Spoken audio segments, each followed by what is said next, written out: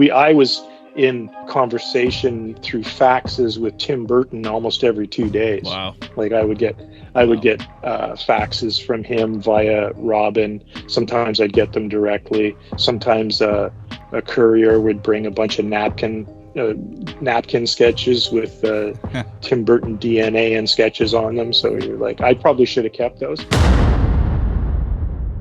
Hey everybody, Lee here I'm Tim. from Minds of the Cobb. And this is Murphy. Say Yeah. hi, Murphy. Well, you guys, we have an insanely special episode for you today. Yes. We're not going to take up too much time in this intro. Suffice it to say, the man we are interviewing today had a significant impact on our childhood, probably yours too, and also on our love for horror. That's right. None other than Chris Labonte. Most of you will know his work. He was most notably the production designer for the Beetlejuice cartoon. Yes. Also has worked on, and he has a very big list of kids shows: Care Bears, Sonic the Hedgehog, Stickin Around. Mm-hmm. The list goes on, man. He's done a ton of stuff. He's worked with on Sausage Party, Foodtopia. So we're kind of baffled that he wants to do an interview with a couple of fucking horror dorks like us. Yes. We're super grateful. He is an amazing artist, music-wise, art-wise. Yeah. So, without further ado, here we go. All right, so for those that don't know, Chris Labonte, I mean, just a prolific career, man. And we'll touch on the dichotomy of the kids' shows with the dark art. But, I mean, you've worked on so much stuff. Like, Yeah. So, yeah, I was looking it up. I mean, a lot of the ones that were sticking out, I mean, like Care Bears, is on your IMDb, right? Yeah. Okay, Care Bears, Sonic. Yeah, most of IMDb is pretty accurate now. A few years back, I went and I kind of cleaned it up. Nice. There was some stuff on there that I had never worked on. Oh. And I was like, oh no, please, it's bad enough, Yeah. that I worked on Care Bears, but please don't tie me to this show or that show or whatever. Like how many episodes? So I haven't looked at it for a little while. So if you ask me about one that is wrong, then we can have a few laughs about that. But, For sure. Yeah, Care Bears. Well, Yeah. Sorry, I don't mean to interrupt, but like, so I went through your IMDb this morning, and like, how many episodes of Care Bears did you do? Because there was a few shows that you did 1 episode or 2 episodes. Yeah, I mean, it's got to be 40 or 50 episodes, Yeah, and I worked on a feature too, and I can't even remember if it was I remember that show. the only feature or the second feature, but I sort of worked my way up the ladder from layout department to layout supervisor. Oh, nice. And oddly ended up being the layout supervisor on a section of the movie. So Right on. That's wild, man. yeah. Yeah, it is pretty wild. Like, and it was a dichotomy. Yeah, For sure. And it's like, so I saw Sonic the Hedgehog. I mean, I loved that. Yeah. You know what I mean? Like Eek the Cat. The list was huge, but I mean, the standout ones, and I mean, even Babar. You know, I'm young enough that these shows were the shows that like I grew up on. You know, like I'm 39, and whether it was reruns right in the pocket. Yeah, right. So it's, man, you know, you stay homesick from school, you watch your Babar, and like, yeah, it was crazy to see all that stuff. Yeah, man. Like, dude, my daycare. Like, I remember my daycare that was up the road from here. Like, all they would do is sit us in front of a TV, and literally between Beetlejuice and Care Bears and all those, that's what I was in daycare, man. Like, and like you don't realize how much that influences you as you grow up, right? Yeah. To be able to do an interview with you now, that's wild. Like, to me, that's wild. At least it's awesome. It's crazy. It's crazy. It's like this full circle moment almost, you know? Yeah. And like Beetlejuice, and we'll get into Beetlejuice, but that was always my top 3. Always. Yeah. And like, for sure. You had a significant impact, your art and being production designer on that show, significant impact on my love for horror. It just wild. Dude, I was so obsessed with it, and like it's one of my earlier memories, right? Like I got into horror really early, so like my first childhood memory is basically Nightmare on Elm Street 2. Okay, which is messed up, but and Beetlejuice was just huge. So I read that the first kind of interest when it came to drawing, you liked your comics. Sure. Yeah. And you spent your time drawing from the comics and trying to do that kind of thing. Yeah. And Mad Magazine. Mad Magazine was the other, yeah, for sure. Mad, and it's funny. It's similar to things I would do as a kid. Probably just maybe some different comics. What were your main comics that you would go to for influence for drawing? Well, again, I think it was more Cracked and Mad Magazine that I found I was less intimidated by drawing from those. That makes sense. Like Don Martin, for example. I don't know if you guys remember the Don Martin cartoon style from the Mad Magazine. It was really loose and kind of goofy and exaggerated. Some people thought it was pretty hideous, but to me, that was right in the pocket. Yeah. But when it came to other things like Thor, and I was never really a Superman guy. I was more of a Batman guy, predictably. Thor, Alien Legion, a little bit later on. Anything that was done by Walter Simonson was a big deal to me. And then he illustrated I think the first graphic novel comic representation of the movie Alien. Yeah. And that was, to me, that was a pivotal moment, getting my hands on that and then trying to mimic his style. And because I was, obviously as a young sort of horror sci-fi dude, Alien was my Bible, right? Like that was the shit. And that was a really big deal when I was 15, 16. That's all I thought about. Prior to that, it was Jaws and Star Wars and of course the usual stuff. Yeah. So that's a roundabout way of saying I think I was more attracted to certain artists more than certain properties, kind of thing. Makes sense. So like, Don Martin, which is completely on the other end of the spectrum to Walter Simonson. But Walter Simonson was the guy that helped me stop being intimidated by drawing the human form. Yeah. Because with some of the superhero stuff, because I was drawing cartoony stuff all the time, and that was less intimidating. And then I started to realize I can draw the human form if I draw it like Walter Simonson, because he had this really interesting shorthand that had immense structure to it, right? Yeah. And the other ones just seemed to me like it was all structure, and it all had to be real. And there's exceptions like Jack Kirby and stuff like that. For sure. But for me, it was always Walter Simonson. Nice. I can understand the intimidation of drawing the human form. That was definitely something for me. Like noses and hands were just not my forte. Hey, you're not the only one. Right. I think professional artists that will go out of their way not to draw a hand. Exactly. Yeah. It takes all that practice. I draw for a living, and it's still the hand is always the one you got to watch out for the most. So. Yeah, hands are a bitch, man. They're really tough, and you can only draw your own hands so many times, and then you get a hand model, and then maybe sometimes it's okay to just copy a Walter Simonson hand. Yeah, for sure. Whatever helps. Yeah. I'm really lucky. My wife has like these really long witch fingers. Oh, nice. Oh, yeah. Her hands are used a lot for references, because I'll just be sitting there and doing this and doing that. And it's good. So would you say, if you were like an Aliens fan, and I know you're more of an artist than the actual comic itself, but would you say like you read a lot of Dark Horse comics? Oh, yeah. There was a smattering of Dark Horse stuff. I was really into Fantagraphics too, like the more alternative stuff, like the Hernandez brothers and Chester Brown and guys like that, right?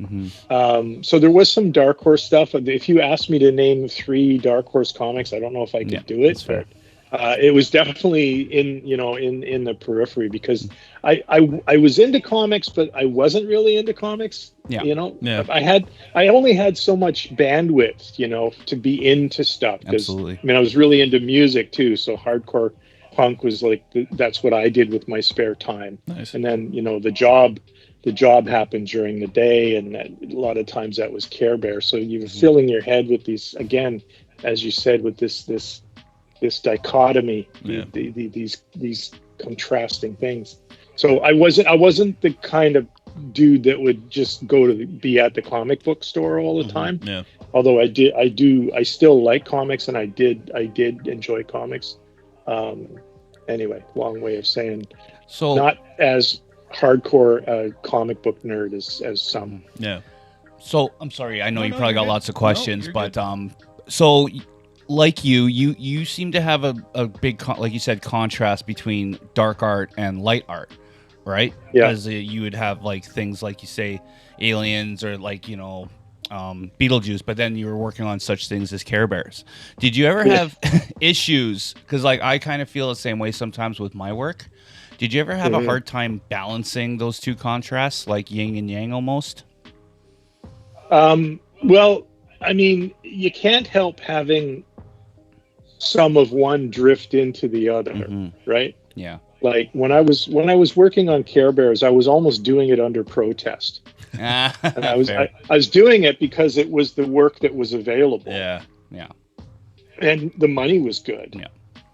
But all I really wanted to do was go play in my hardcore band. I get that. Yeah. But I had to pay for rehearsals and gear and T-shirts, and thankfully there was lots of free photocopying. There you go. Absolutely. Being at an animation studio. Get your posters out. So there was that, but so I would say that the Care Bear stuff never crept into the posters I did for my bands or anything like that. That would never happen. Fair enough.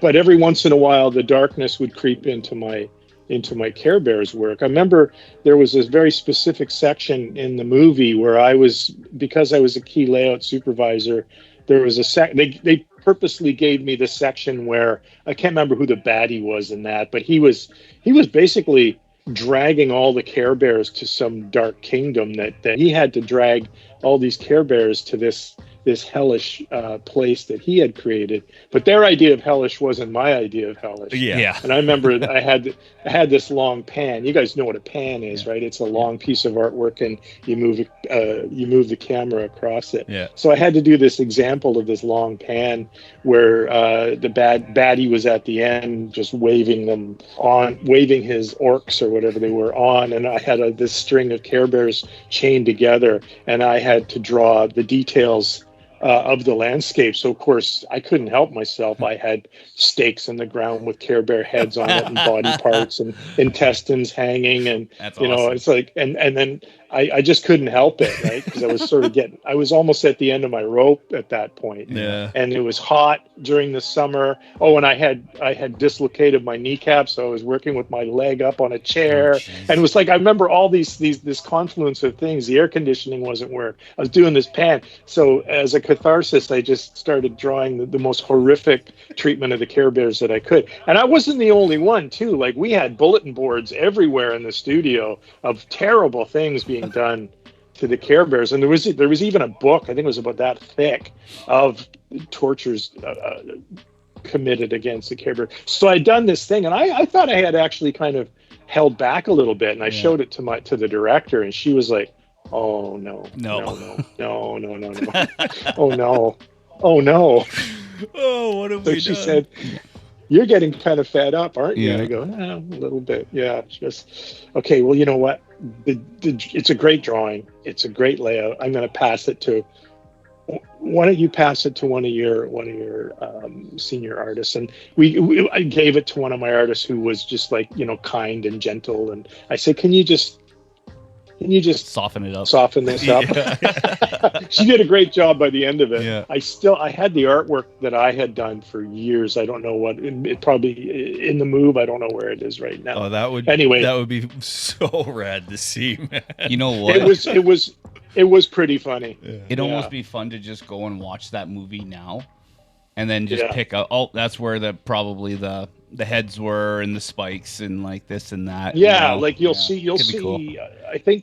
I think what was left was something like broken fence posts and denuded trees and rocks on the ground, which were formerly skulls with Care Bear scalps still So you could literally do that. Pick it out. Yeah. Try and pick it out at least. So that there's a challenge for your viewers and yourself, if you want, is to watch the Care Bears movie and look for the long pan. Sounds good. For sure. That brings just an incredible amount of joy to my dark little heart, man. Yeah. Just to know that even back then when I was watching what could have been and what was. Yeah.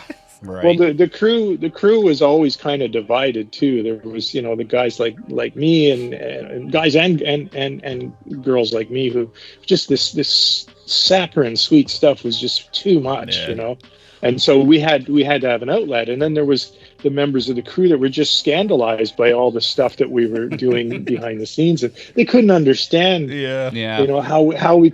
how we could be so mean. The normies. We have to be. That's why I'm such a nice guy. That's how we get through this. It's an outlet. That's right.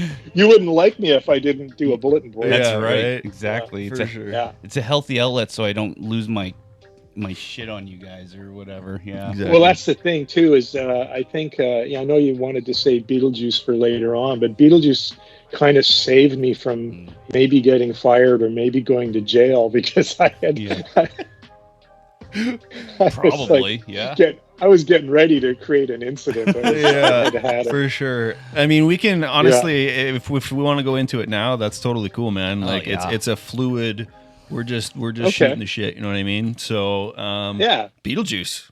Let's get into it. Well, so I was on Beetlejuice, but I was also I had my ear to the ground for any project in-house that was coming in-house that I could move over to. And it was no secret to my producers and my bosses that I was probably not the right guy for Care Bears, although I have the skills.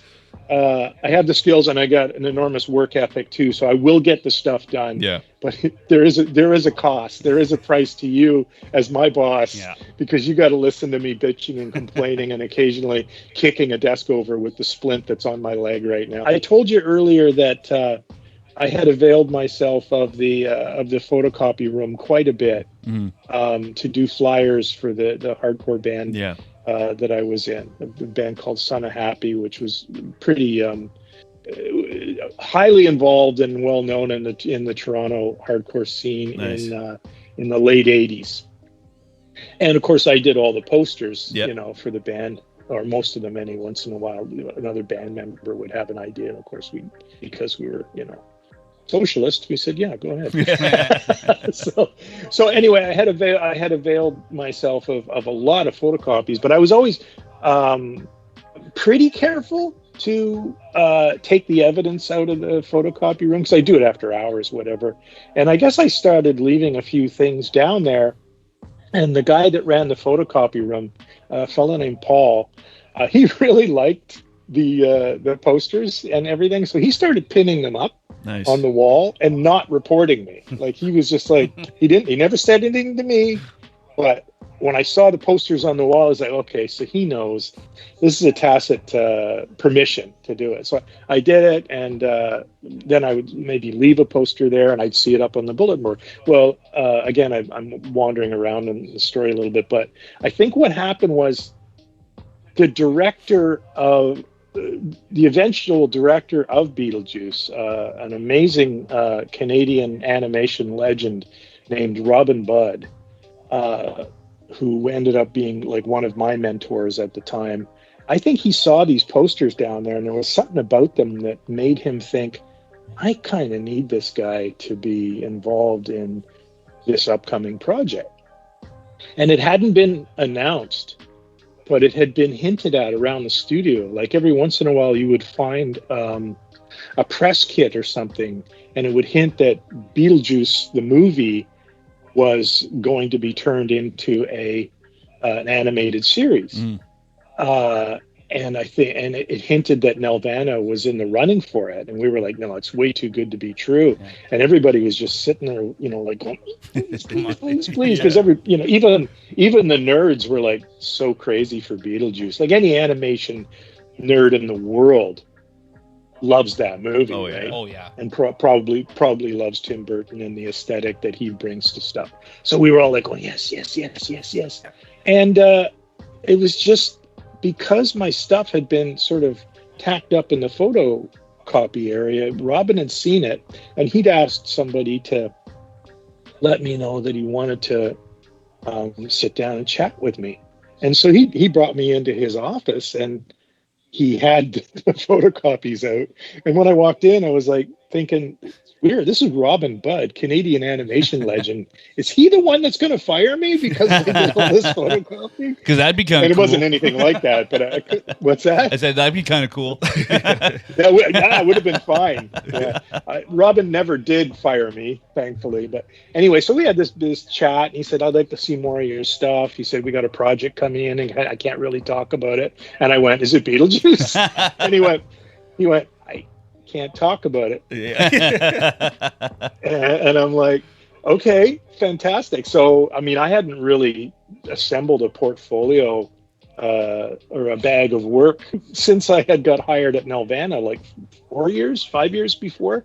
That's Nelvana was the company I was working at. I don't know. I know the name. It's a big name. Yeah, it was the biggest animation producer in Canada for decades and decades. Yeah.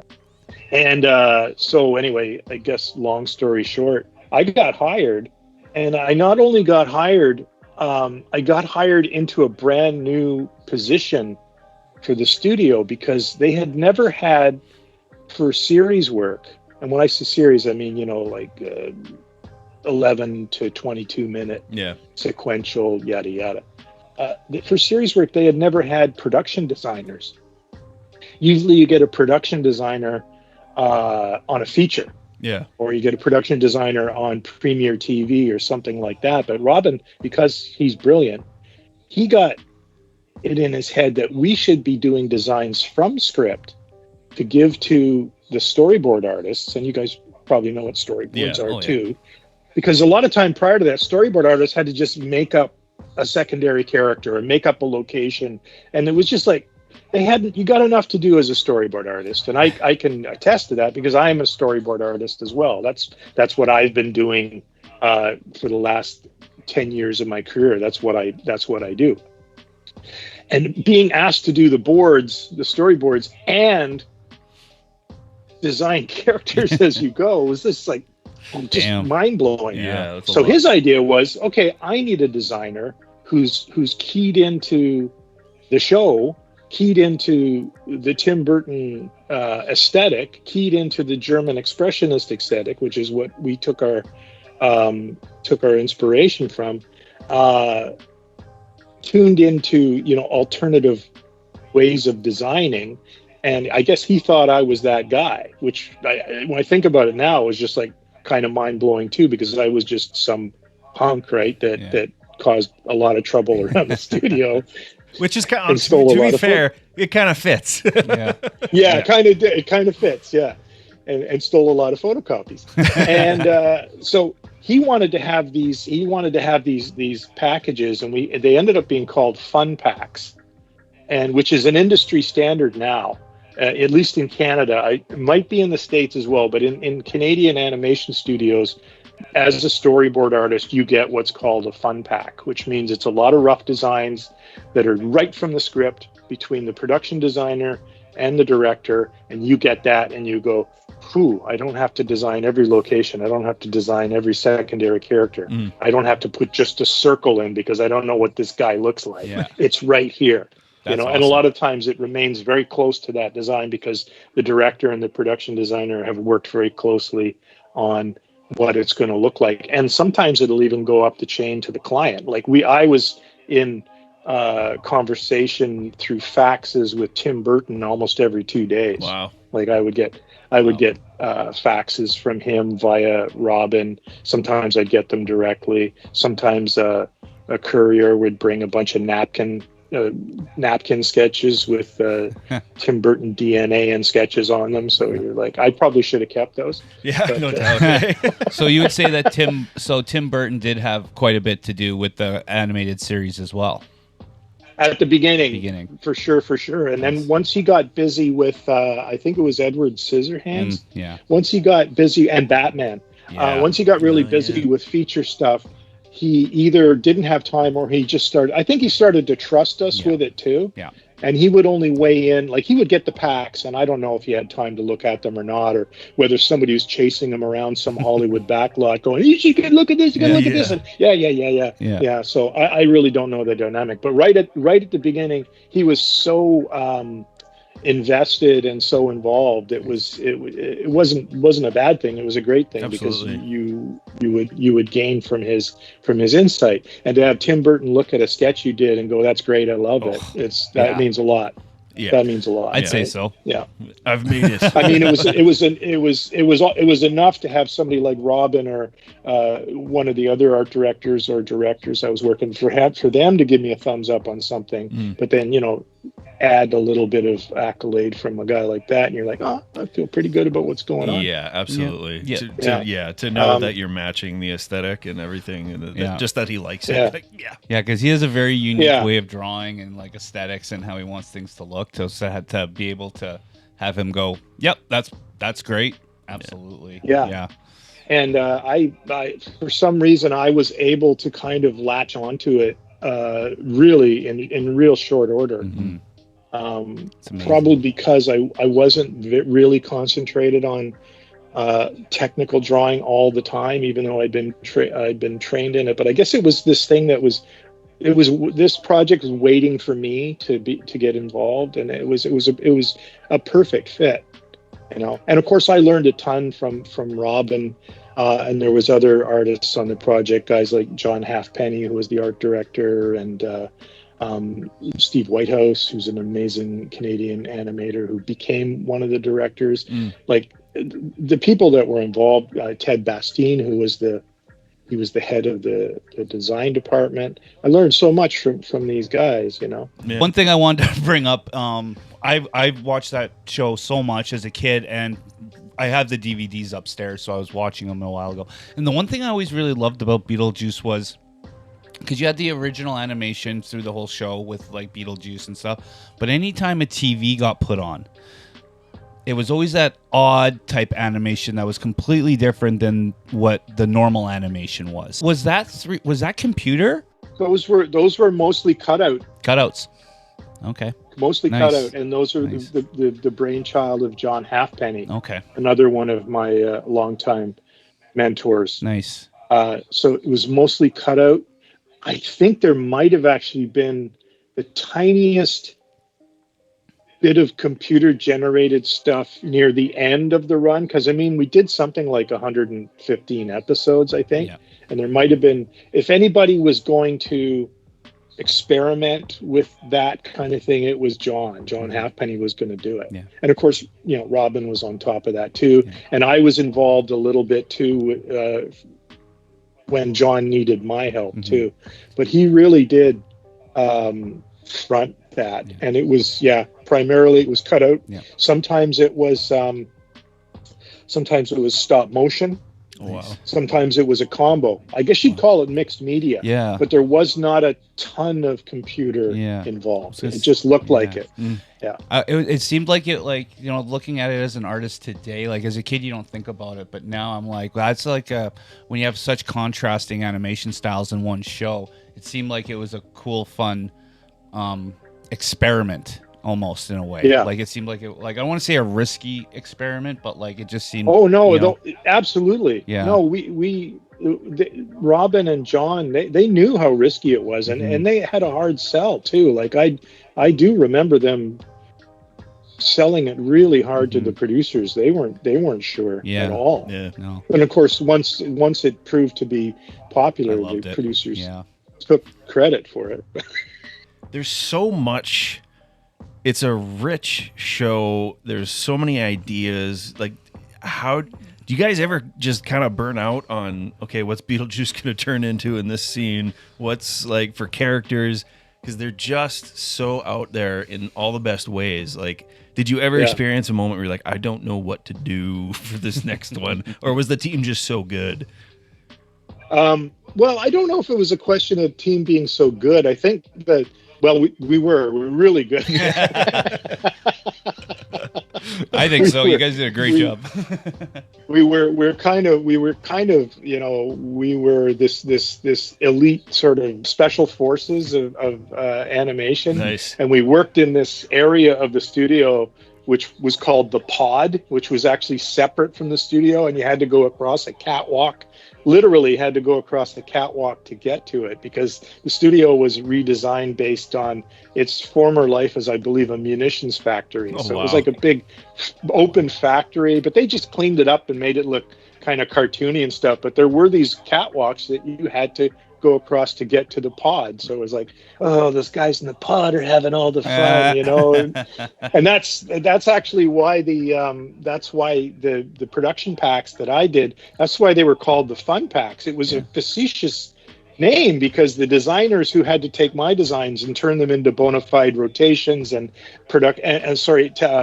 episodic designs, I had already done all the fun stuff. That's fair. Yeah. So they call it, oh, here comes the fun pack. Somebody got to have all the fun. You guys are just and jealous. Then they had to just take everything and just make it work for cell paint and what have you. That would have been more the problem for the writers, I think. They must have struggled with that. Yeah. But I think the brilliance of the show, and I guess probably a little bit the corniness of the show, was that it was all pun based. Yeah. It's all puns. Yeah. You never run out of puns. That's true. Right? Some people call it like one of the cheapest forms of humor. But the challenge for us was always to design it so that the pun was illustrated in a not so corny way. And I think we succeeded most of the time. Yeah. That was the challenge. And there may be the odd time where I was like, you know what? I got to go on the nose for this one. I can't, there's no slick or German expressionist way I can do this one. I just got to go with what's on the page, And it was like, sometimes it felt like, man, maybe it was a bit of a cop out, but I guess puns are a cop out. But I used to feel bad for the writers because, after 100 episodes, what do you do? Yeah. Right? Yeah. I mean, that's where when I was reading your article and you talked about when a piece is done or you're cooked. And it's like, those moments hit. Even just me editing these shows, like I had to just take a little break not long ago because I'm just like staring at the screen. I don't know what I'm doing here. Yeah. Being a professional artist, you definitely gonna have those moments of like, creative blocks and like, what do I do now or whatnot. But I mean, they do go away eventually, right? You get that right inspiration or you get that right, just that right time. And it like they come and they go, but that's just part of being a pro. You know what I mean? In my opinion, it is. So, it's part of being a pro because, you show up for work. Yep. This is your job. Yep. I don't think that maybe fine artists, they may not realize what it's like to be a production artist, because if you're a fine artist, and nothing against fine artists, I feel a little bit like I'm in that zone now, and I really like it because when I do my own stuff, I do it for me, and I do it, well, I do it for me. Yeah, you do it for you. But when you're working for somebody else, you show up at 9 or 10 or whenever you start, and you work till God knows when. But you have to perform. Mm-hmm. You have to do the thing, and it may not be 110% every day, but you got to sit down and you've got to do it. Yep. You've got to make that thing, and then you put a fine artist in that chair, and sometimes they just break. I've worked with plenty of really talented painters and sculptors and like fine art based people who definitely have the skills to do it, but they don't have the factory floor sort of chunk. They just break. Yeah. They just break. And when you break, what, you want me to do another one? I just did one. Oh no. I can definitely relate to that. 20 more. Yeah. But I did one. No, 20 more. Yeah, I can definitely relate to that with my industry. I'm in the tattoo industry, so I've been doing it. Your stuff's great, by the way. I love it. Oh, thank you very much, man. Appreciate that. I love your work. That's amazing to hear from you, actually. Thank you. Oh, no, I have no problem saying that. I'm a big fan. Yeah, I've been in it for 23 years, and it was always a work hard type ethic back in the day, especially for tattooing. But like these days with like fine artists or kids that come from art school and stuff like that, it's definitely, you got to have that you have to have that. I have this saying that it's like hard work beats talent when talent doesn't work hard. If that makes any sense. Oh, neat. Yeah. Yeah. Like it's pretty deep. Yeah, like I feel actually that's a hockey term. I heard that in a hockey dressing room once, but it's like but I think that can relate to any form of like arts itself. Like, yeah, you could be a fine artist and you can be very, very talented, but if the work's not being put into it, then you're only going to get so far. You know what I mean? So yeah. Hard work's always going to beat talent. Yeah, exactly. So having that drive and having like, and the fact that you were talking about like you have the art that you like to do for yourself, which is for you. I do the same thing with art. Like that's my hobby time. Like that's where I can be absolutely as creative as possible and do whatever I want. But then you still have to show up for that client in the morning, no matter how you're feeling. And you got to perform. You know what I mean? Like, it doesn't matter if you feel like shit or if you're like, you know, like your block, if you have an artist block or whatnot, you still got to do that tattoo or make that drawing for that client. For sure. You know what I mean? So, yeah, I can totally relate to that. So, yeah. And you're not only making it to be televised or to go on packaging or whatever. You put it on somebody's body. Yeah, right? Exactly. And I'm like, that's why. I mean, I've designed. I was going to bring that up. Lots of tattoos for people, but I could not. I've never been able to bring myself to learn how to actually apply it because the thought of putting that thing on somebody's body. I mean, although I have tattoos, I trust that to somebody that has that skill. But I'm like, wait, what if I screw this up? Man, that would be me. Yeah. When I was 14, I was 14 years old, and that's when I wanted to start tattooing. And I'd be looking at those magazines, those tattoo magazines, just being like, I will never be able to do this. Like, I don't know how you do this. Shucks, like, this is insane. Like, I'll never be able to do it. But you obviously, like any practice, like years, you just give your balls a tug and put your game face on, and it just comes. That's another hockey term. It is, yeah. I play hockey. It's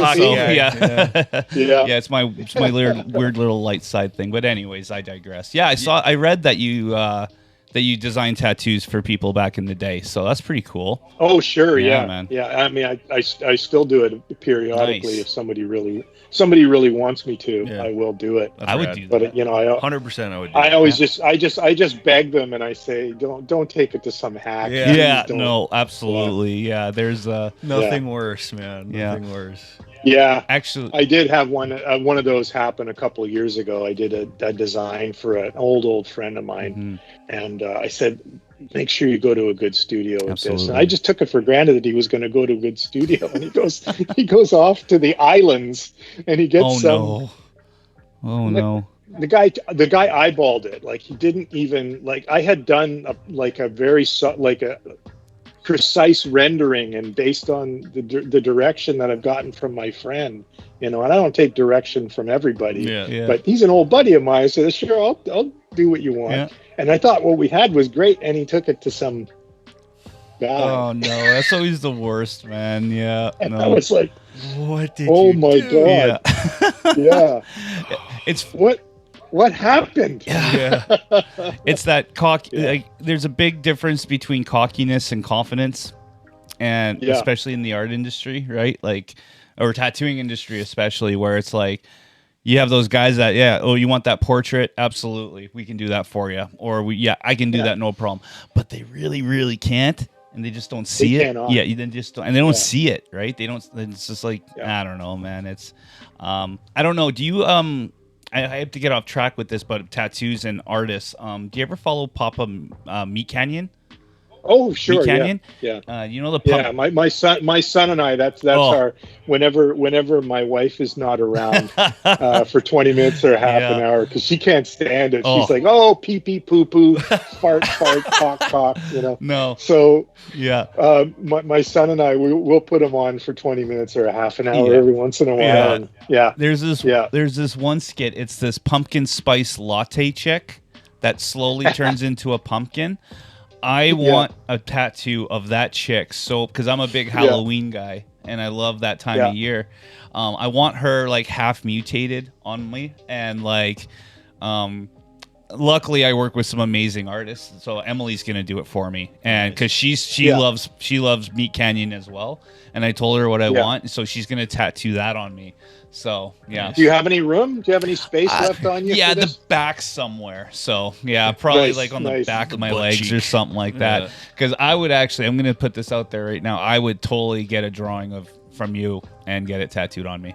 Yep, I would. Oh wow, absolutely.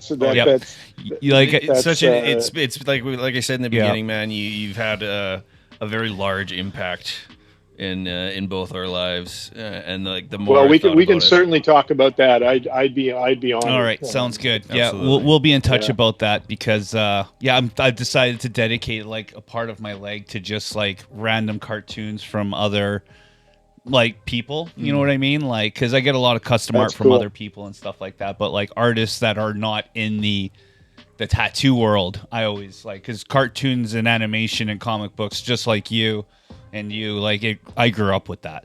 So, and I know, you know, like Nice.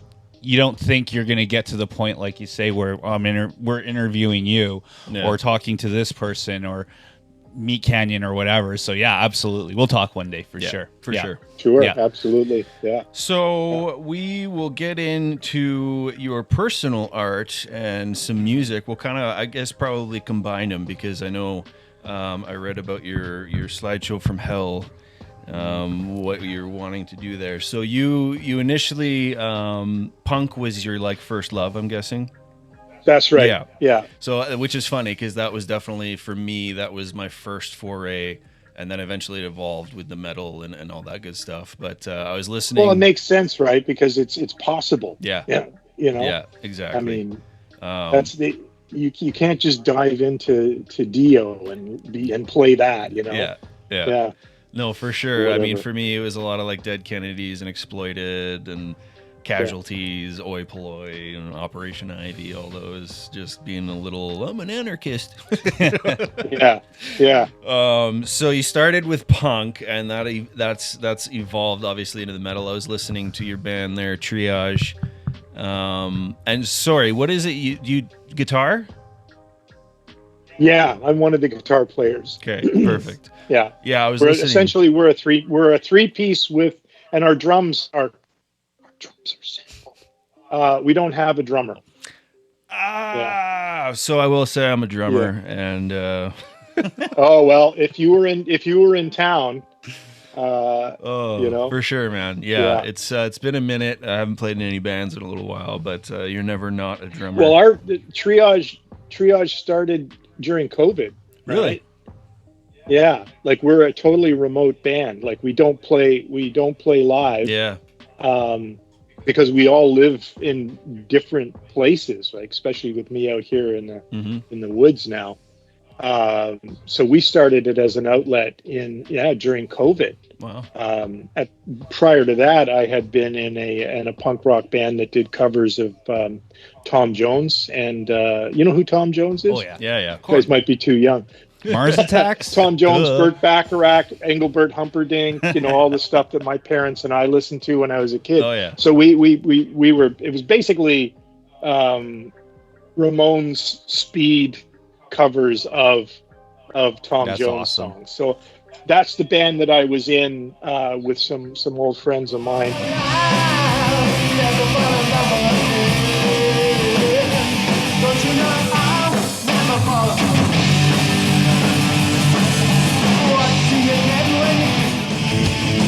She's a lady, whoa, whoa, whoa, she's a lady, talking about my little lady, and the lady is mine.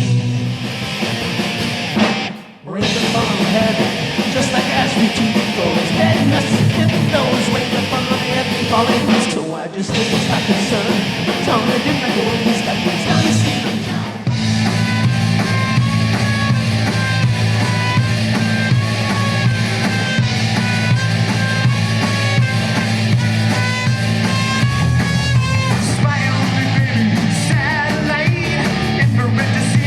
And then COVID hit, and we couldn't do that anymore because it was a very live band, Yeah. you know, complete with trumpet and what have you. So we're like, well, you know, what are we going to do? And for some reason, I decided, you know, maybe it's time to to be in a metal band, and not only a metal band, but an instrumental, post-metal, possibly verging on progressive metal band. Like, I get the vibe. I guess that's what I wanted to do. Yeah. I don't know why. Yeah.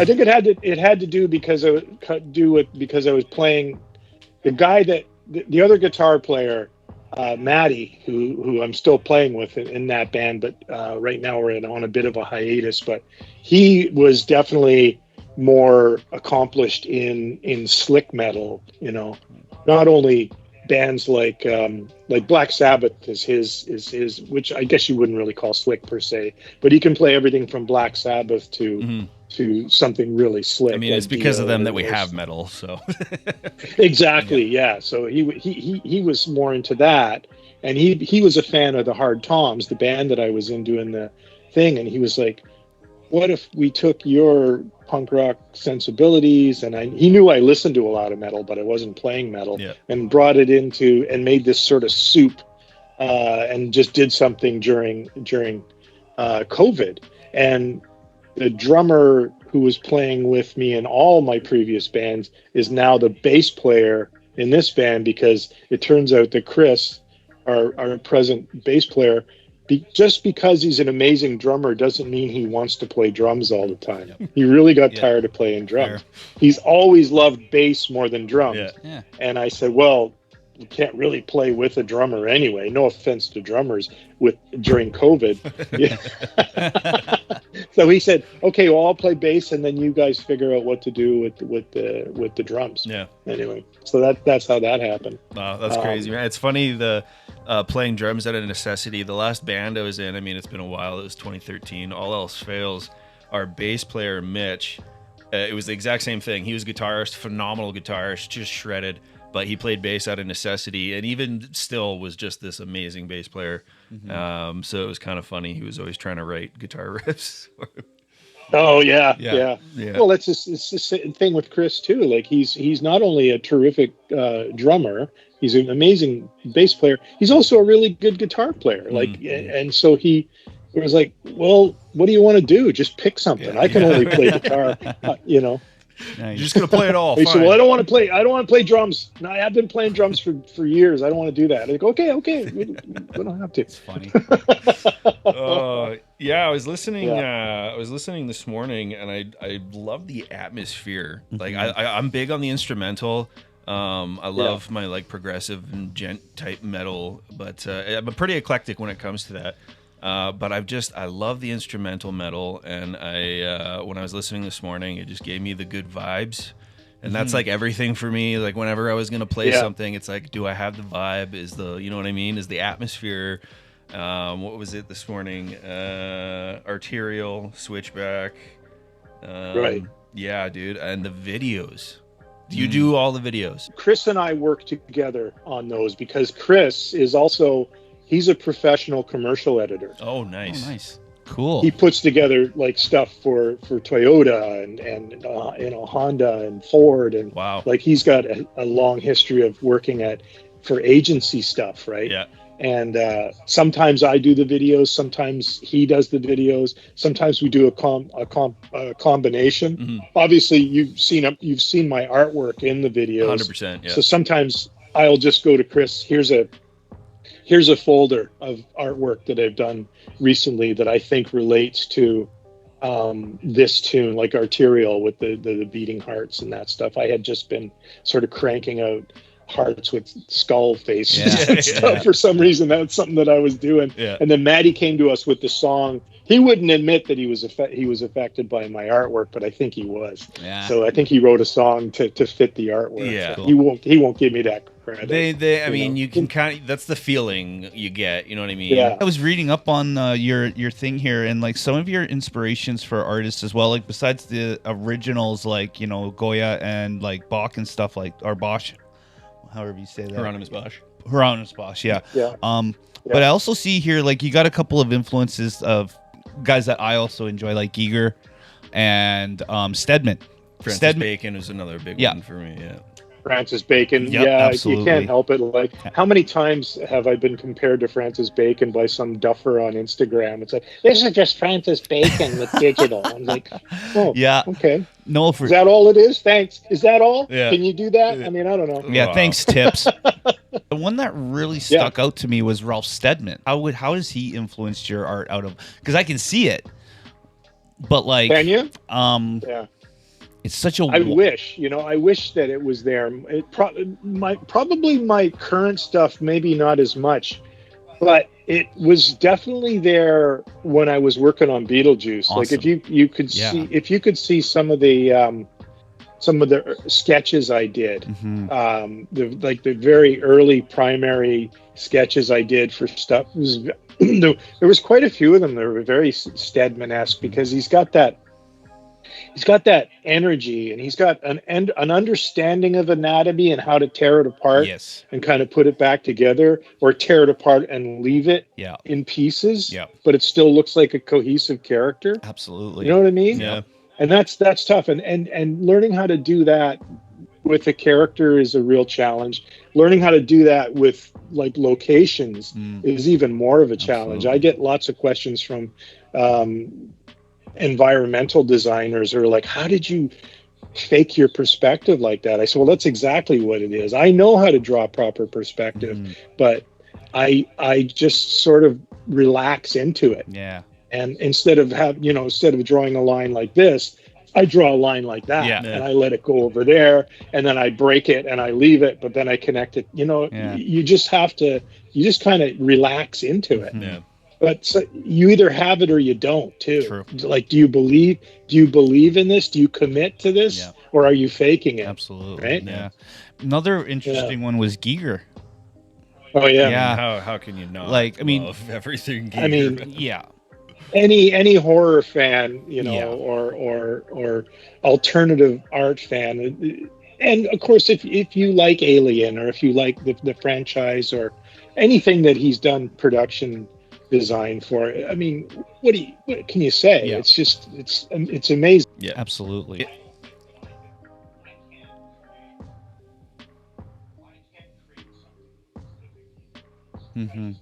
Yeah. Yeah.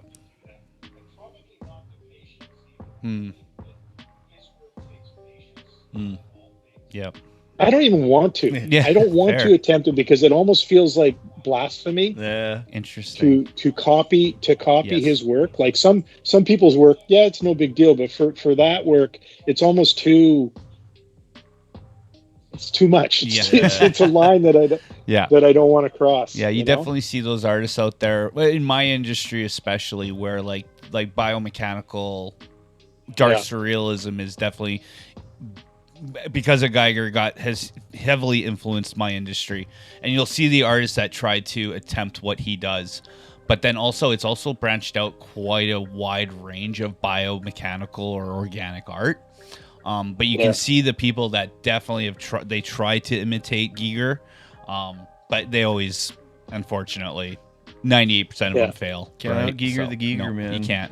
I love drawing biomechanical art, but my stuff is nowhere like it's.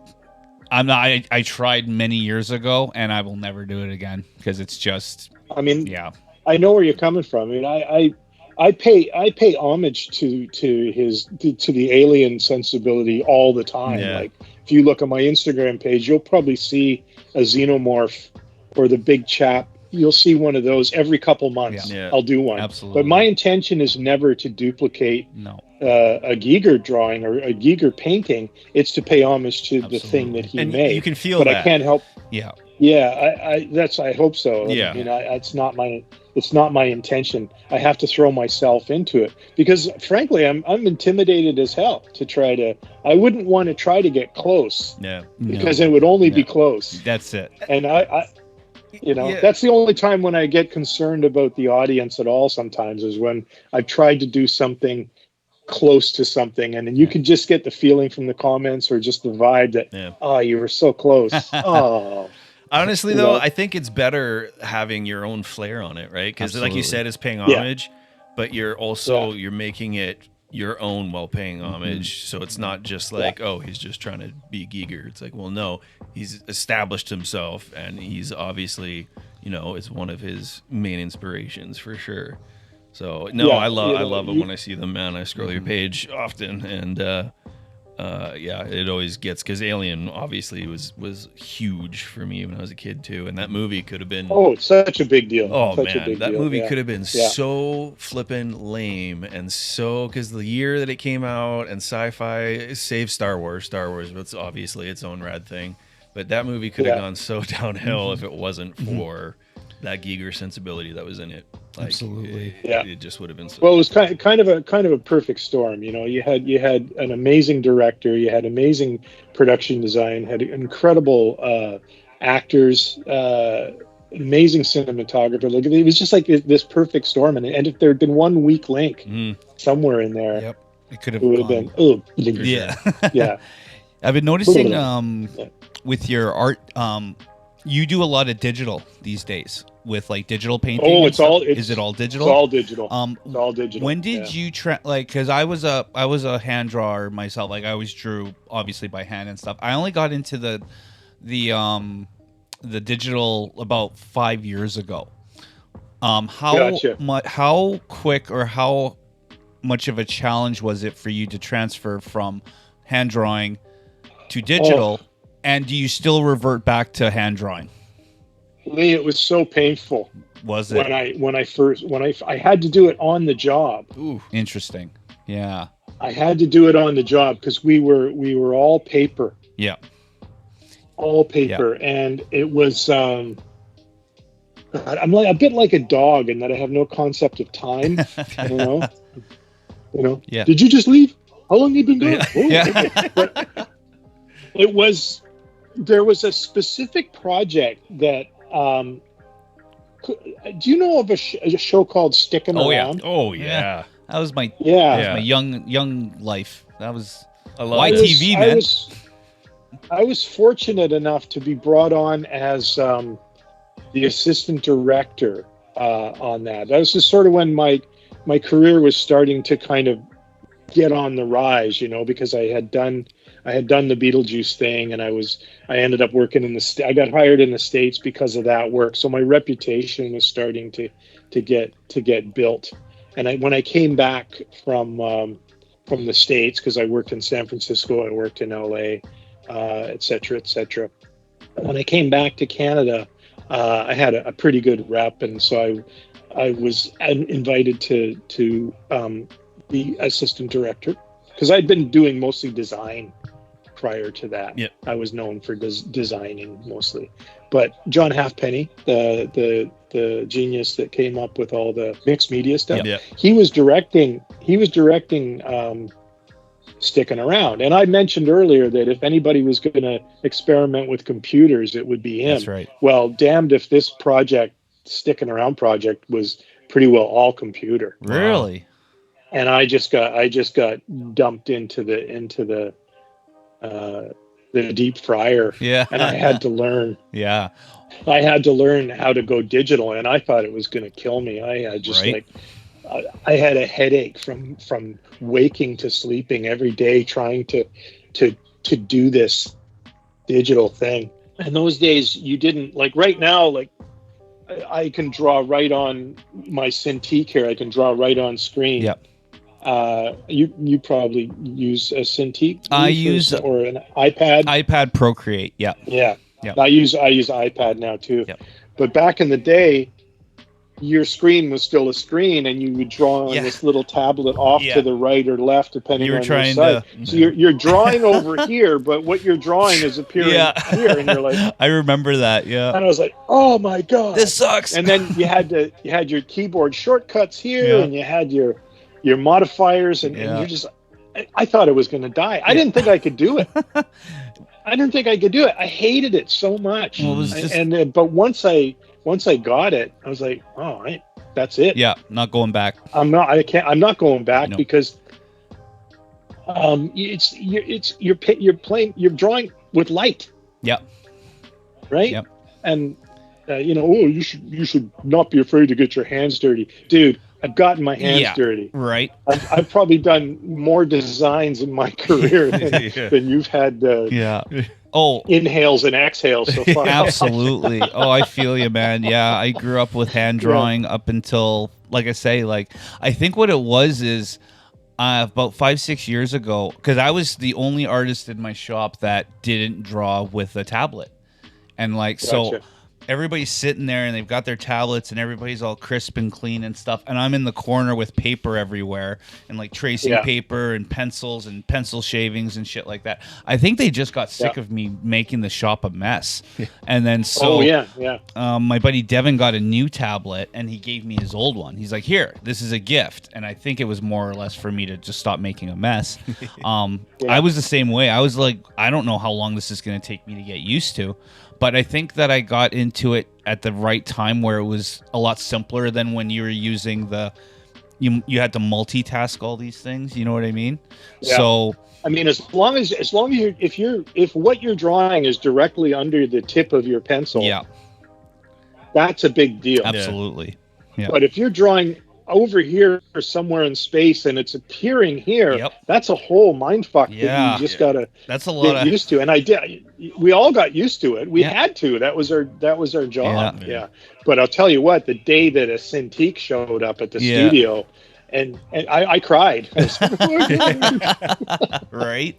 Absolutely. Are you saying I could just draw right on this thing? Anyway, sorry. That's absolutely fine. The only thing I was going to say about it is because people ask me all the time, like, well, do you feel like you're cheating? Do you feel like you're, that you've, you're not, because it's supposed to be hard. It's supposed to be hard to do, but do you feel like you're cheating? And the way I try to look at it is, instead of all that extra time that I used to have buying pencils, getting paper, having things laid out, getting everything set up, and getting the reference, blah, blah, blah, blah, blah.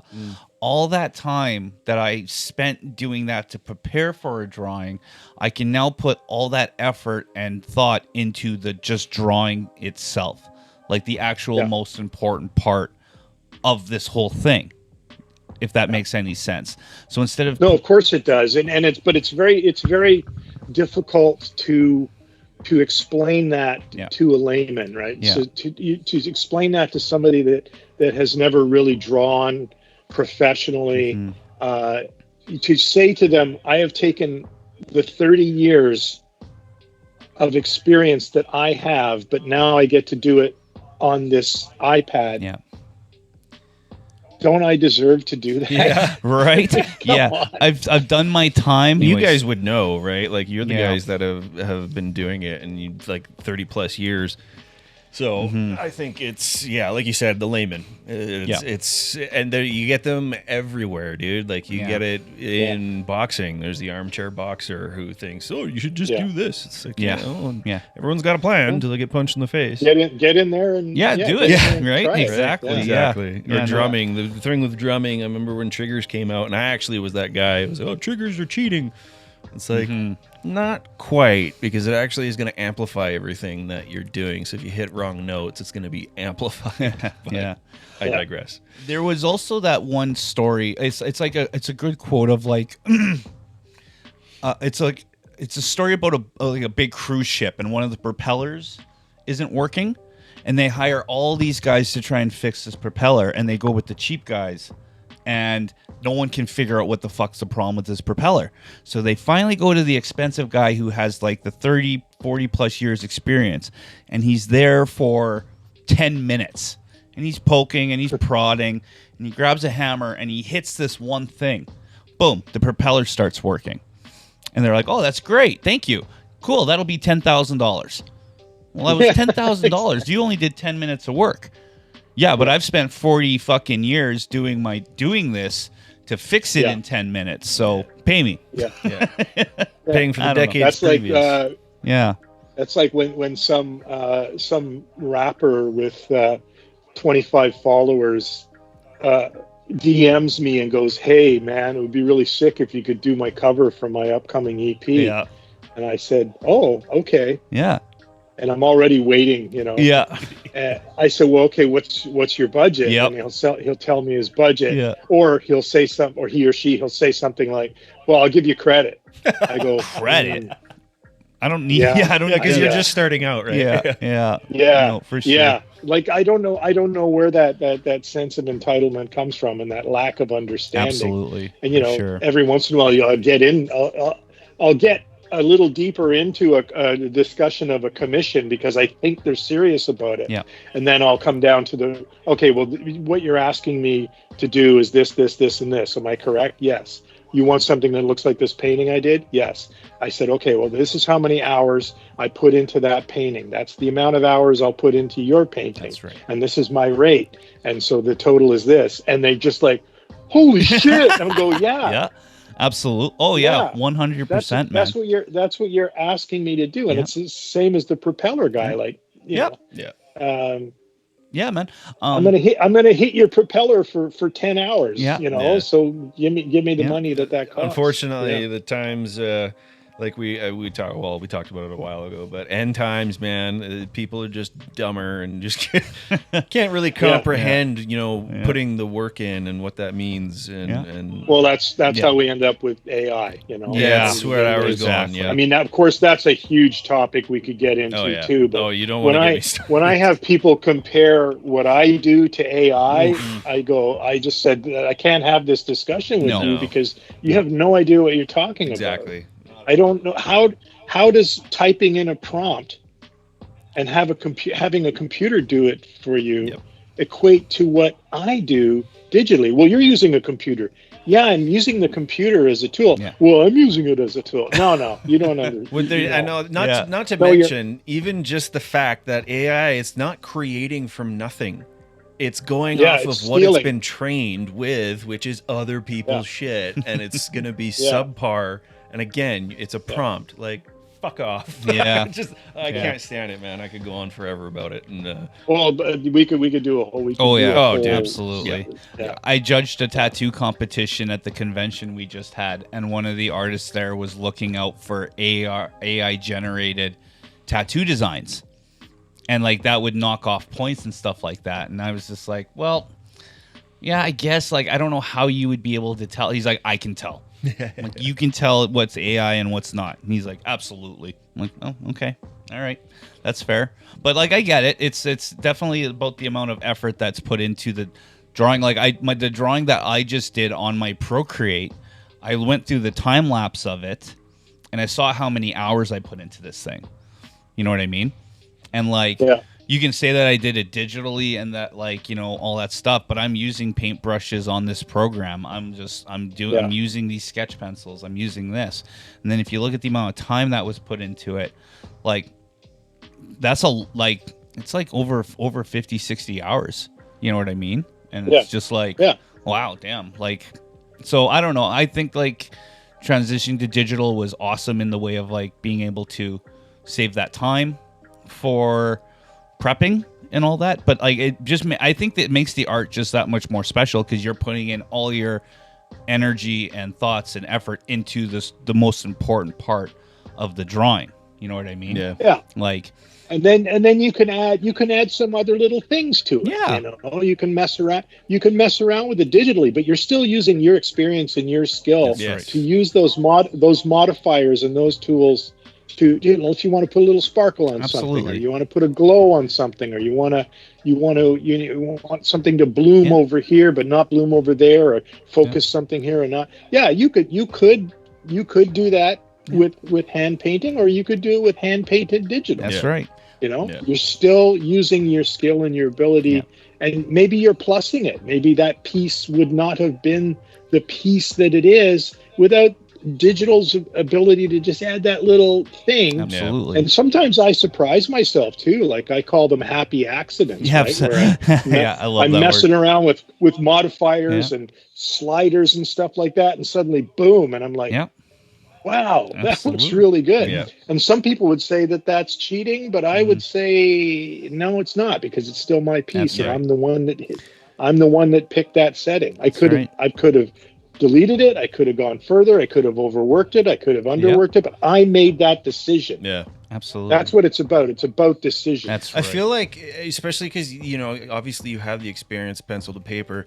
I feel like it's a really similar, like learning to play guitar.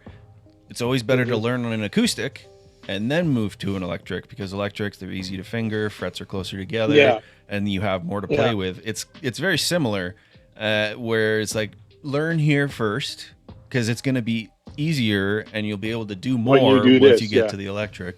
Yeah. So and now you deserve this. exactly. right. Yeah. Do this. Now you deserve Put this. your time in here for a bit, because it'll pay off in the end. And yeah. Absolutely. But you can tell when you see a piece of AI art or even AI generated music. Yeah. Like, I don't know. It's a thing, right? Like it's Oh, I know. Like It's you can horrifying. definitely see, as soon as I see it, like I'm like I can tell right away that it's AI, right? So, I know I have to sift through the crap of especially, well, for YouTube anyways, copyright. So that's a whole big pain in the ass trying to find music that you know, because we're of meager means starting out. So it's one of those fun things. But moving back to your art, it just, for me, like the color theory always stands out. I absolutely love it, and of course, I mean, we can't not mention you might have a bit of an obsession with skeletons. Yeah, there might be. Yeah, there might be a few of those in there. Yeah. I can't stop. I don't know what happened. Yeah. You know, we have a saying in the can't. tattoo industry, actually, when in doubt, draw a skull. Yeah. And I draw a lot of skulls myself too. Well, they just don't get old. They don't get boring. It's you can do so much with it. Yeah. They don't get old for me. Nope. I mean, I'm never done with them. Yeah. Nor should you I be. just find them. I find them fascinating. Yeah. You know. I did see that. And sure, I'll do a shark or a hyena every once in a while, but I'm always going to go back to skeletons. Yeah. And to be quite honest, I don't know when it got as ingrained as it is, but I'm perfectly happy for that to be the case. I wonder if it's like a fascination of the fact where it's like, you know, that's inside me right now, this like alien being, the nervous system or whatever, but like knowing, I don't know, I know I can get caught up with that sometimes when I'm looking at art or anything like that. It's like right now, it's right here. I do find it entertaining when people do try to psychoanalyze where it came from. And my answer to them is always the same. Brother, I'm just not that deep. Yeah, I get that. Well, is it your fear of mortality? Is it your examination of the fragility of the human condition? And I go, God, I wish I was. I wish I was. Sorry, that we're not. deep, but I just am not. The existential is over here, and it's rad shit. What do you want? Yeah, I'm not in an art gallery, bro. Like, you know. Whenever I draw skulls or something along those lines, people are always like, "Oh, skulls are like they automatically associate it with evil," and I'm just like, do you know actually that if you didn't have a skull, you'd be dead right now? So you should be looking at it as a preserver of life. You know, if you want to get deep with it, then that's a great. I'm going to use that one. I'm going to steal that. Like if you didn't have your skull inside your head right now, you wouldn't helmet. be here. Yeah, it's your helmet, bro. So like, come on, exactly. Give me a break, right? The whole infrastructure. Yeah, if you didn't have that, you'd literally be jelly. Yeah, you know. But as soon as someone sees a skull, oh, that's horror, or that's evil, or that's dark, and it's just like actually, not really. Well, it's usually those hyper religious. Yeah, that too. Yeah. Well, I like that a lot. I'm going to use that actually as a preserver of life. It is That's actually really yeah. good. There you go. Absolutely, No man. problem. See, now they'll think I'm deep. Absolutely. Exactly. Yeah. Oh man. There we go. no. We're making moves today. Yeah. That's awesome. Yeah, I was reading this thing. Like I can talk that kind of shit as much as the next guy too, but it's like Sometimes That's it the just point. ain't about that. Yeah, you know? no. Yeah, Some people go a little too exactly. far. Like you go into the modern art world. Oh no. Yeah. I I can't. will pass. Thank you very much. I was reading a thing, and they were talking about horror movies, and yeah, it's great to get into the whole deep existential, what it's saying about society and the reflection. But I think people are kind of, underestimating that. Hey, want to see some fucked up shit? Yeah, You know, exactly. like Yeah. sometimes Yeah. it's just that, and you can call it whatever Yeah. you want.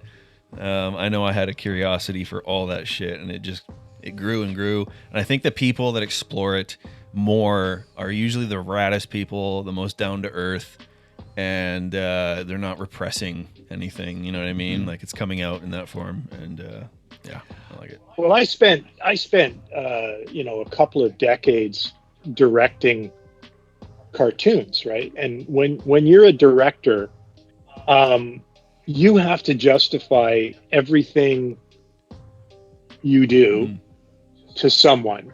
And one of the most difficult things to justify or to explain is why you find something funny. Yeah.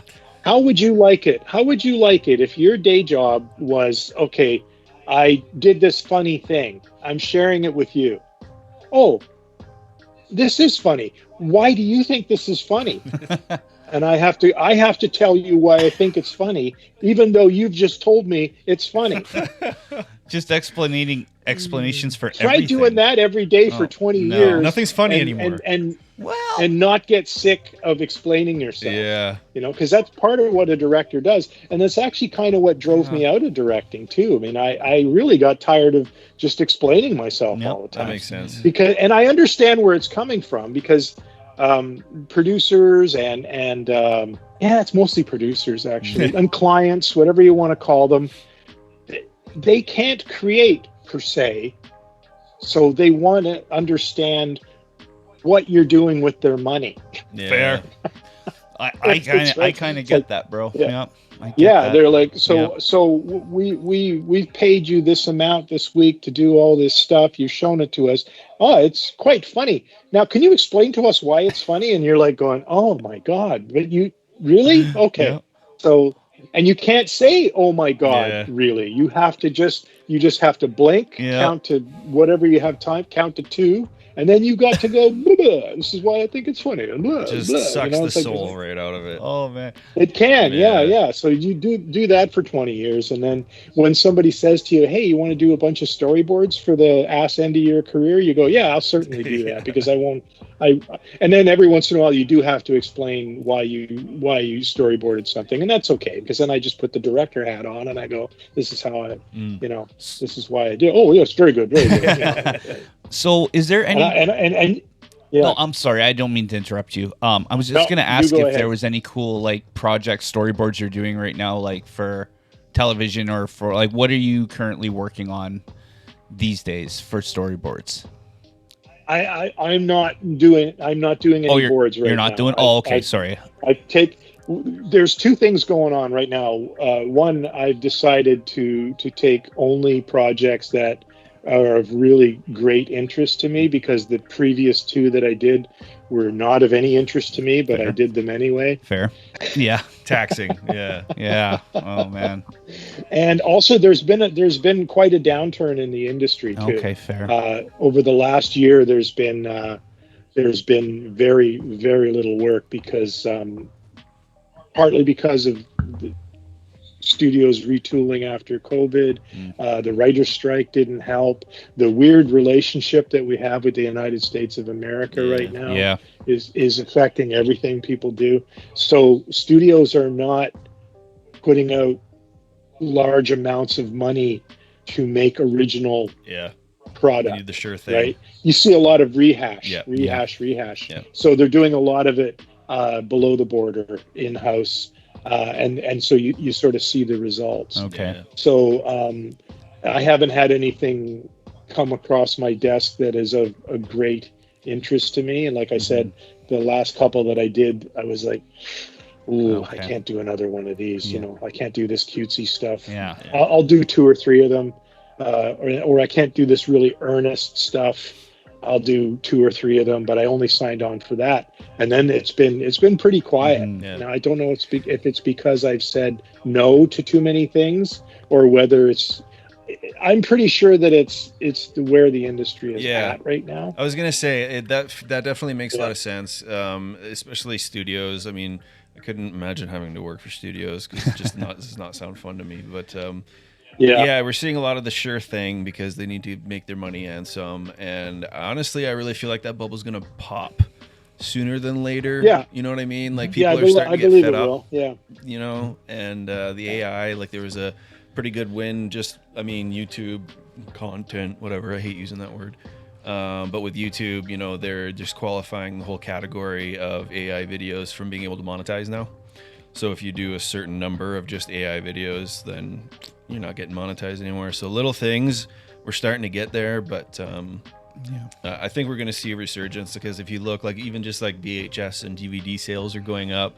You know, people they're kind of aching for the handmade again. So I wouldn't be surprised if, you know, in the next couple of years it starts picking up again. I mean, hopefully it should, anyways. On a different note, though, I was actually meaning to bring up. You just did a picture for fun, I'm guessing, of Pennywise. Oh yeah, that was great. Yeah, big fan. Big fan. Yeah, I was gonna say, so you obviously had really liked the TV show.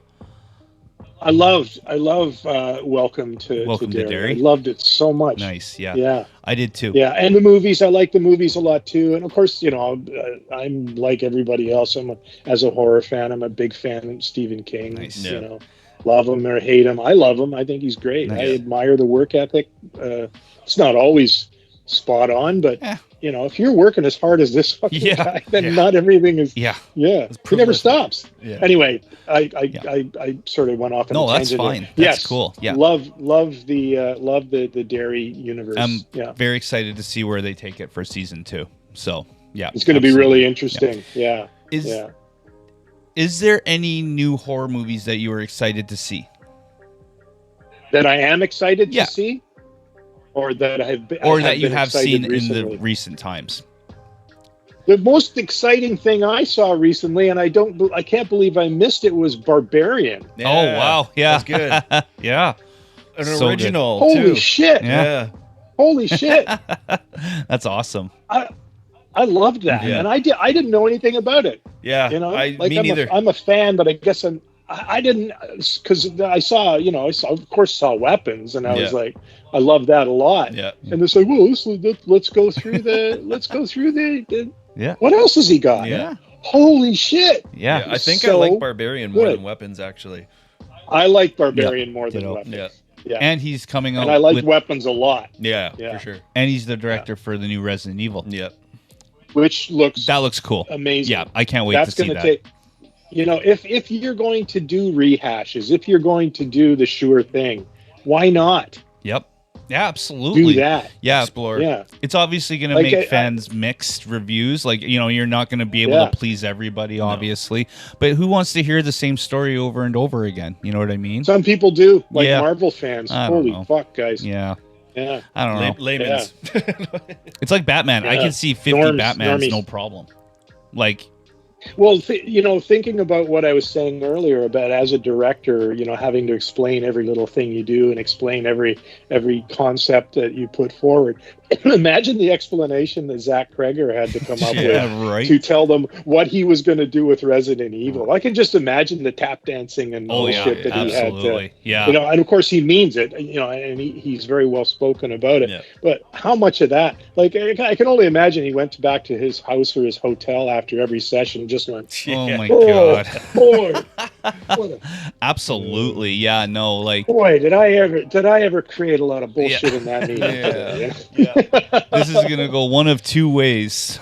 Yeah, absolutely. No, very excited. Exactly. Very excited. One for thing that. I did want to touch on, because you mentioned Sausage Party. Oh yeah. Oh yes, yeah. Foodtopia. So That was the third to last storyboard I worked on, and that was amazing. That was what it should be like to work on storyboards in this industry. I was working with a studio out of Vancouver. I was working remotely. I worked here, yeah. but I was working with Bardell Entertainment, which is a company that I hadn't worked with since I worked in Vancouver back in the 90s, and I did a little bit of freelance for these guys, but they've really turned into this massive service studio now. Anyway, so I worked on Sausage Party, Foodtopia, and it was just terrific to the way they approached it. Like I was actually, you don't really get the opportunity to on most projects to pitch your board. Yeah. You guys know what pitching is, Yeah. where you basically act it out for them. Yeah.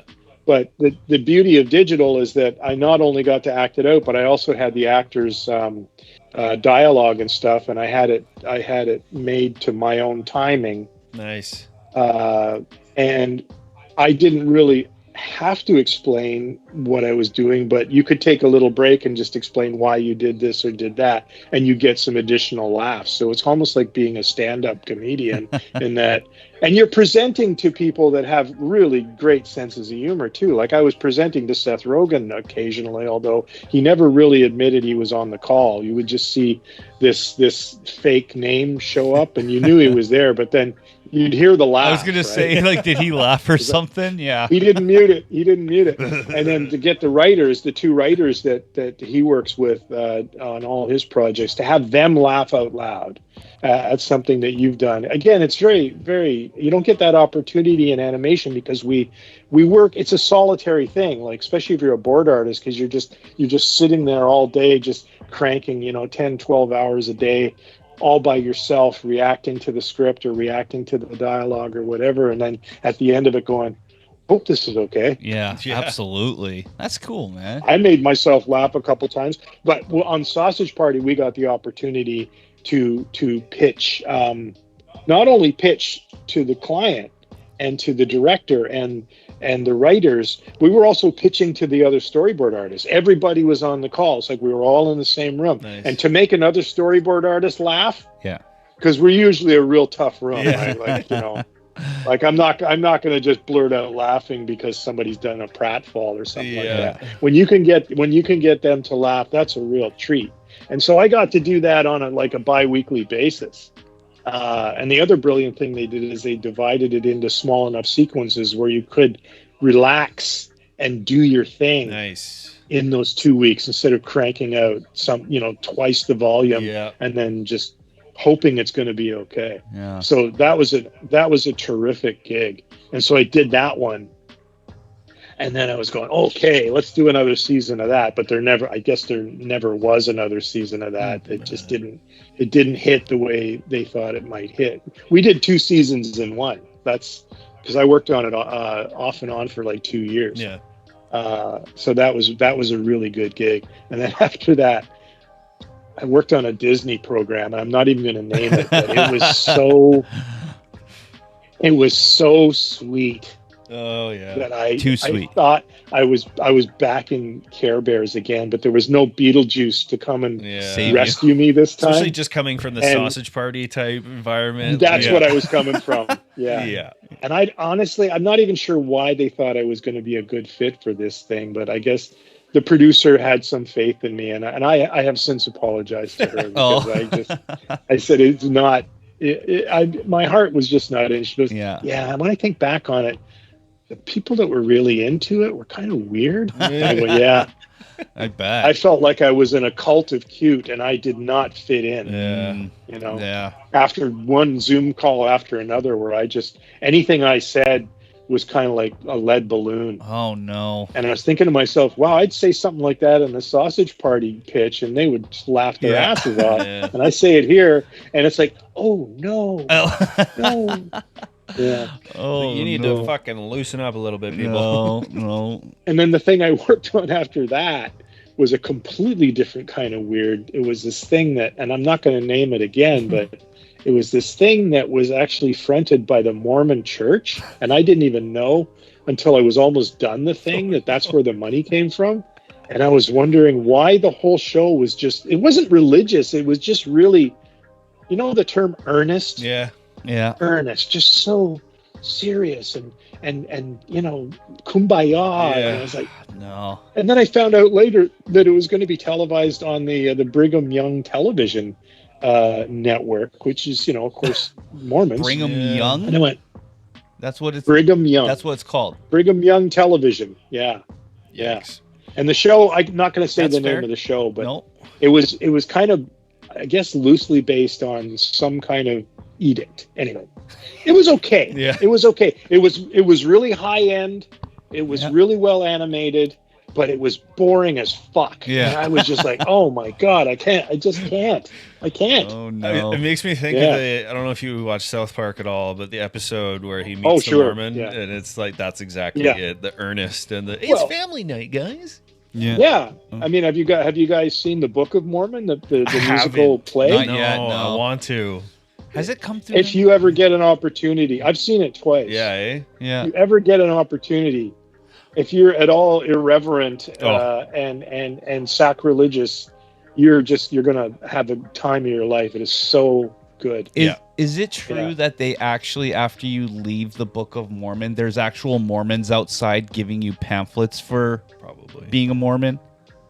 Oh, I'm sure they I are. Okay. wouldn't doubt that. Yeah. Or protesting. I didn't have that happen. I saw it in Toronto both times, Okay. but I bet you down in the States they probably Okay. in Yeah. the States they probably do that. I don't know if you ever Yeah. saw one of their first movies, Orgasmo. Oh yeah, for sure. I'm pretty Yeah. sure that's like that put the seed in them to. It's crazy to think of those guys on Broadway, but man, that Yeah. was definitely the start. A Mormon doing porn. Yeah, Yeah. yeah. Yeah, man. No, I'm not a big, you know, musical theater fan, but you know, I know a good song when I hear Yeah. one, and the songs are actually really good. Yeah, they Despite are. the fact that they're completely sacrilegious and poking the Mormons right in the eye, right? It's a real tight production. For sure. It's really good. Yeah. Yeah. Speaking of musicals, did you see the Beetlejuice musical? No, I have not. I have not. I've seen snippets from it. I have a few followers that love to send me snips from it because they're so young that they discovered the musical before they discovered the animated series. And then they found out that I worked on the series, and they said, "Well, then you must have worked on the musical." And I said, "No, it's not the same never thing. worked No. on it. It's not really the same thing." Yeah, Yeah. I don't know what to think of it. What's your take on it? I don't know. Well, what So I met my wife because of Beetlejuice, actually. Back when we first started, we were following each other on Instagram, and she does burlesque performances to some of the Beetlejuice things from the movie. So anyways, that's how we met. wild. And Yeah. so we're big fans of obviously the movies and then the cartoon and stuff like that.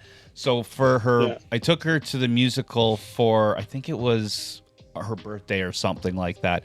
And it was really cool because it was kind of like the story, but they changed it up just enough that you're not just watching the movie. You know what I mean? And they added some characters and they had some really funny jokes and all that stuff. I really enjoyed it for what it was. The musical part of it, like, I'm not a musical guy myself. So like some of the songs were really bleh and all that stuff, but the visuals were great. And the extra story they added to it was really, really fun. So yeah. Excellent. Yeah, it was good. No, I mean, I'm glad that it happened. Yeah. I mean, anything that brings a resurgence of that property into the public eye, to me, it's fine. Absolutely. It's good. Yeah. I'm glad, you know. And I see a lot of artists on Instagram and the socials and stuff who are completely obsessed and really technically good at doing fan art and taking it into different places and, you know, getting hundreds of thousands of followers and stuff. And it's really, to me, it's like really interesting to see that, you know. Absolutely. And I get people saying to me, well, you're like one of the originators of the cartoon version of this. Why don't you just do that? And I said, well, I don't know. That feels kind of weird. Yeah. Should I be the one doing the fan art for the thing that I'm being the fan of. I don't know. A little Inception fan work there. No. It You're the OG. feels kind of weird. Plus, I've already done it. Yeah. Right? Yeah. I did it. Exactly. I did that Yeah, already. you did the definitive. And it wasn't fan art. I was creating the initial take on it. Yeah. So it feel awfully weird. Just sort of, I don't know what it is, but it's almost like cannibalism. Yeah. No, that's fair, man. Yeah. So before we kind of wrap up, I wanted to touch a little more on, I don't know if you had started the Slideshow from Hell or if you still have aspirations to start the Slideshow from Hell, because that sounds like something totally up my alley. Yeah. Now, tell me what your understanding of the Slideshow from Hell So is. it What do you sounds remember like what from you're wanting to do is a bit of, for lack of a better term, like an art show mixed with music. Yes. And it would be like your In- own music or in the wild, outdoors. Oh, okay. Projected somehow in the most appropriate, frightening forest I can find. Like it. Ooh, cool. Yeah. Nice. Yeah. And I would, obviously Triage would write the music for it. Yeah. I would create the artwork for it. And there would be a commensurate amount of animation and non-animation. I've always been really interested in the economy of that's possible with animation. Like, you don't have to over animate things. You can give the suggestion of movement, or you can leave people wanting just a little bit more. And I think that would add to the mystery and sort of intensity of something like that. It just gets to a point, and then it's gone. Yeah. And you kind of go, okay. And then another one appears, and another one appears. And the reason I started thinking about the Slideshow from Hell was I didn't call it that when I first pitched it, but there's this residency that occurs every year in a Swedish city called Malmo, which used to be quite an infamous city. It used to be like really gang oriented and sort of ocean mafia kind of place. And they've been trying to clean up their image now for about a decade. And so they're trying to turn Malmo into this artistic and creative hub, whether it's creative scientifically, whether it's creative architecturally. They're working on transit. They're trying to come up with innovative ways to make their city overcome its previous reputation. And so what they do every year is they invite a certain amount of people to attend this residency and help bring a vision of their community to the world, although I think they're really realistic about it. I think it's got more to do with Scandinavia per se. So people are coming to Malmo to see what happens at the end of each one of these residencies. And every year I pitch the idea that I just described, and that to them, I don't call it the Slideshow from Hell. I call it an outdoor folkloric presentation, including music and intense imagery. And what I would like to do is I'd like to work with like Scandinavian folklorists and maybe even folklorists from Canada, although they don't have the money to bring them over. I'm half Newfoundlander as well, so there's a lot of really interesting folklore in the Newfie arena. So I'd like to blend the folklore and ghost stories from Newfoundland and Sweden and Scandinavia, paint commensurate paintings, add minimal animation to it, project it onto trees and rocks, and then write music to choreograph to it, and invite people to come into the middle of it and have it happen to them. Dude, Wild. I love that. Sounds like a fucking rad Yeah. experience, Sounds so man. cool. That's definitely more than I thought Yeah. it was going to be, for That's sure. really cool.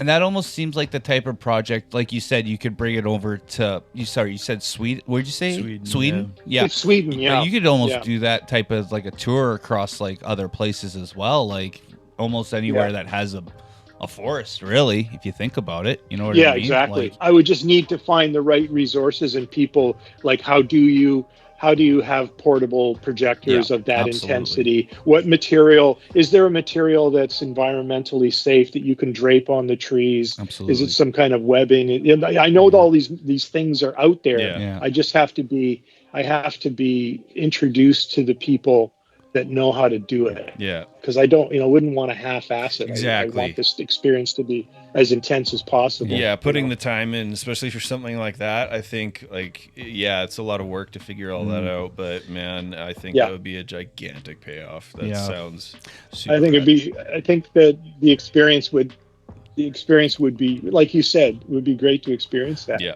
There's something to be said about going to experiences like that too, and being a part of it, and just and even maybe experiencing more. It just, I don't know. It kind of reminds me when we go to Salem every year, and then Salem, Massachusetts, they have this thing called the Salem Night Fair, and it's at the old Pioneer Village, and basically, it's at night, and it's at the old village of Salem, and it's all the dark artists, and they have actors with like doing all these like creepy folklore type things. I don't know. It was such a cool experience to go to, and it makes people want to come back more than once. Like we've done it twice now, and every year we just want to go back because the whole experience of being there and being surrounded by dark artists showing off their stuff with the music and the pumpkins and the characters that they create, because they're run by the Murray brothers of a tattoo shop, and it's just an amazing experience. That sounds really cool. Like that's that was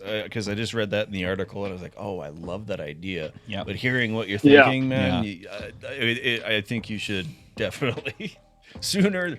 Oh, I pitch it to this organization every year, and I change the wording a little bit, and I don't know, exactly why I haven't been chosen. Maybe they have to concentrate more on infrastructure, or maybe they're looking for a younger person to do it. But I think it'd be good for them to give an old guy a chance to do it too. Well, I think people are also pleasantly surprised, I think, when you see something with that kind of intensity, and then they say, oh yeah, he's like 63 years old. People go, what? I thought he was like some young metalhead. So I like to pleasantly surprise people that way too. Yeah. This might be a dumb question, but have you thought about trying to start it off in Ontario? Like, I would like to. I think I should do it on my own property. I have an acre and a half here. Yeah. Nice. That'd be cool. I just I almost did it for Halloween this year. I was going to do a small version of it. Nice. And because we just moved here the month before, everything was in boxes. So I'd come up for that. I can't. Yeah. I know it's that. Yeah, I would too. Come on absolutely. Yeah. That'd be cool, because that could even be the type of experience, you make an Instagram page, get it out there, maybe even get involved, like like art galleries, or like certain like art galleries in different cities could host you and stuff like that. We at the Royal Alberta Museum here, we have an exhibit going on right now about death, and it's a whole death exhibit, and you would think that it would be more for the adults and it'd be very ghoulish and stuff like that, but no way. The amount of different people that come out to that, kids and families and stuff like that, and they're just so intrigued by death itself, and the way that they made it, it's very family friendly, and like so many people would come out to that type of thing. And then like I'd come down for that, no problem, in a second. For sure. Well, it's nice. It's nice that horror and mortality and stuff like that it's becoming more and more mainstream. Absolutely. But it still has its edge, right? Like you still see, like, you see people like Zach Kreger and Lee Cronin and these people that can still do this intense stuff. But they're getting recognition for it. People are more accepting of it. It's like what happened with punk and metal, right? Now you can step into an elevator and you can hear Nirvana or the Ramones playing in the elevator as the Muzak, and you're like, oh, when did this happen exactly? But absolutely. Well, so it's happening with horror. Absolutely, man. I'm loving everything that's going on, and we're going to be getting cut off here. So before we get cut off, For those that don't know, check out Mr. Chris Labonte on his Instagram, chris.labonte. If you want to check out his band, Triage, on YouTube. There's links on both of those to other places. Yeah, you get the link tree in your bio. bio. No sense complicating it, you know. Yep, for sure.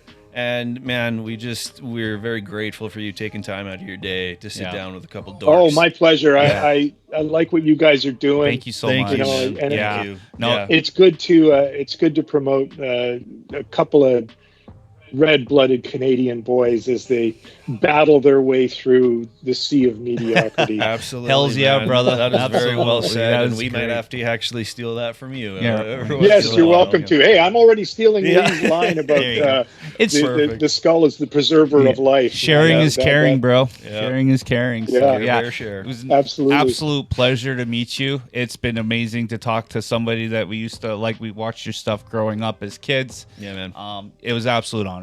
So thank you so much. Oh, it's very gratifying that it means that much to you guys. And, absolutely. Only too happy to do it. Right on, and I will be talking to you about getting a design for a tattoo.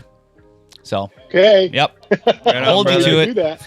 Okay. All right. Thank you so much, Chris. Have a great day, See bro. you guys. Okay. Same to you. Okay. Thanks, bro. Bye-bye. Bye-bye.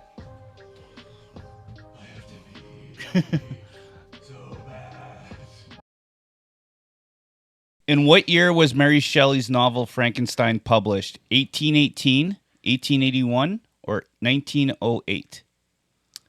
Yeah. That's a good one. A, B, or C? I think it's B. You are correct, sir. Nice. Yeah. That's one of my favorites, honestly. Yeah. Has one of my favorite quotes in it. Thus strangely are our souls constructed, and by such slight ligaments are they bound to prosperity or ruin. So good. What a nerd. I was just going to say the same thing. Nerd alert.